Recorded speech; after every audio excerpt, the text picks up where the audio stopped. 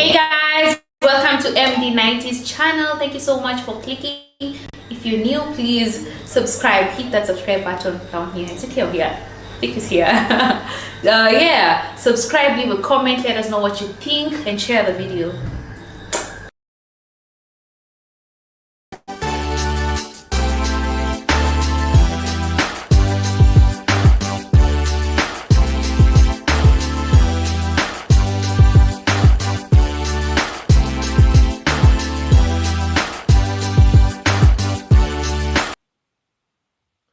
Well, Home Affairs means now the leader of government business in Parliament. As you may be aware, the Republican Vice President Mtayana Lumango is out on official duty. So Mr. Mwimbu is the one that has been left to be in charge of government business, the role that the Vice President is supposed to play in Parliament. So, and he put up this statement. So Mpika Town Council chairperson seat to remain vacant until general elections. So if you remember, I should have been in my previous broadcast where I was saying there's been a countdown that's been going on in the nation where people are simply saying there's a likelihood of a mass exodus of a number of members of parliament once they reach the threshold when by-elections cannot take place. So according to that countdown, the deadline is supposed to be the 14th of February, which is next week, Saturday. Then by-elections are not supposed to be held in the nation after that point. But it seems like a decision has been made to implement that even now. So Jack Mwimbu said this. According to Jack Mwimbu, there won't be by-elections in Mpika following the death of the town council chairperson, Morgan Musoma, because of the upcoming general elections or general election.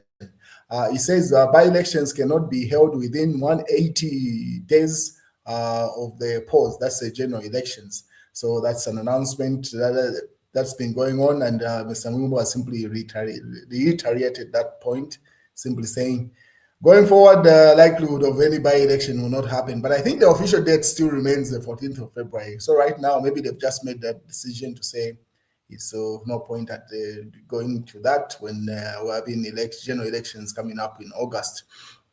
So according to the details in that, government has announced that no by-elections will be held in Mpika following the death of its town council chairperson. Home Affairs and Internal Security, Jack Mwimbu, made the announcement in Parliament this morning while responding to urgent matter raised by Shuangando Member of Parliament, Stephen Kampiongo. Acting as leader of government business in the August House. So that's what I meant, the role that he has been bestowed on Jack Mwimbu in the absence of the Republican Vice President, as she's out on other national duties. Mwimbu said through a ministerial statement that although the Electoral Commission of Zambia received a formal notification of the vacancy on February 4th, 2026, the Constitution bars the holding of by-elections within 180 days before general elections. He explained that Article 158 of the Constitution requires that the by-election be held within 90 days of the vacancy, but the Article 57, subsection 2, overrides this requirement by prohibiting any by-election in the 6 months leading to the general elections. Zambia's next general election is scheduled for Thursday, August 13th, 2026, in line with Article 56, subsection 1 of the Constitution of Zambia. So pretty much there won't be any by-election there. That's the gist of that matter. What is the ECZ has announced that 80 million voters have been registered in provincial registers or register. So pretty much there was a conversation about delimitation. As you may be aware, new constituencies have been announced. So during the delimitation consultation, the public will be required to propose names for 70 new constituencies. So now Zambia is going to receive 70 new constituencies, because the earlier conversation was it's supposed to be 60 more new constituencies. So it turns out it's 70 new constituencies. These are going to be breakaways from very large constituencies. Some names have been dashed out, but the announcement was made earlier on today when the Electoral Commission of Zambia was communicating with stakeholders and different political party actors, simply saying, in short, we're having 17 new elected members of parliament going into 2026. That's in addition to the ones that are currently in existence. I think currently we have 156 elected members of parliament and 8 nominated by the president. And now the changes, we're going to have 70 more on that. So that's what's going on. They further explained the Electoral Commission of Zambia will publish the 70 constituencies in the government gazette, and they will take effect after the next dissolution of parliament in May. So May, parliament will be dissolved pretty much, and no minister will be required to use any government resource. Everyone will be using their personal vehicles going forward. Only the president, I think, remains in office. I think the president and the vice president remains in office. Everybody else, they're out until the next vote. So that's an announcement that has just come from the Electoral Commission of Zambia. Note that the delimitation process is only for constituencies. No new wards will be created. So another clarification that was made to say it's only the constituencies that have been broken down to subsection 70 new constituencies, but the wards still remain the same. No change has been made with regard to the wards at what level.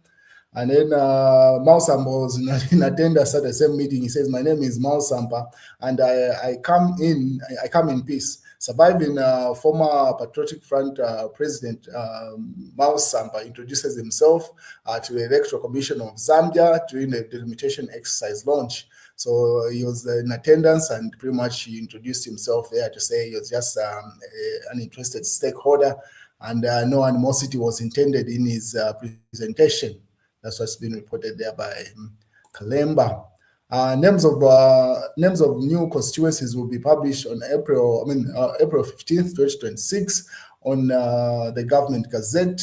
That's the Electoral Commission of Zambia. So a date has been put in place. So by April 15th, we're going to have the names of the new constituencies. And remember, these are just subsections of the current constituencies, especially the large ones. Those are the ones that are going to be broken down. Some in two parts, some in 3 if they're lucky, but most likely it's going to be 2 parts of the biggest. And wait and see which ones are highlighted for that. Breakaway. What is the Mass newspaper says? Tribalism will kill us.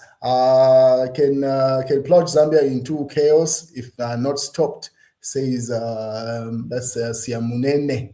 That's obviously the statement simply saying we need to focus on one Zambia, one nation, and not the tribal statements. And then also Real Times that says teen bribe defilement dilemma. Obviously, a 27-year-old Chama man faces arrest for marrying and impregnating a 15-year-old girl. That's news. And then News Diggers says Hakainde Hichilema will fund his own campaign using local resources, says UPND. So probably they mean he's not soliciting from any international donors or other parties outside Zambia. So meaning only locals who fund his campaign or his personal resources. But anyway, that headline is kind of vague. But anyway, it's been attributed to the UPND. And that's the news, ladies and gentlemen. Have a beautiful day.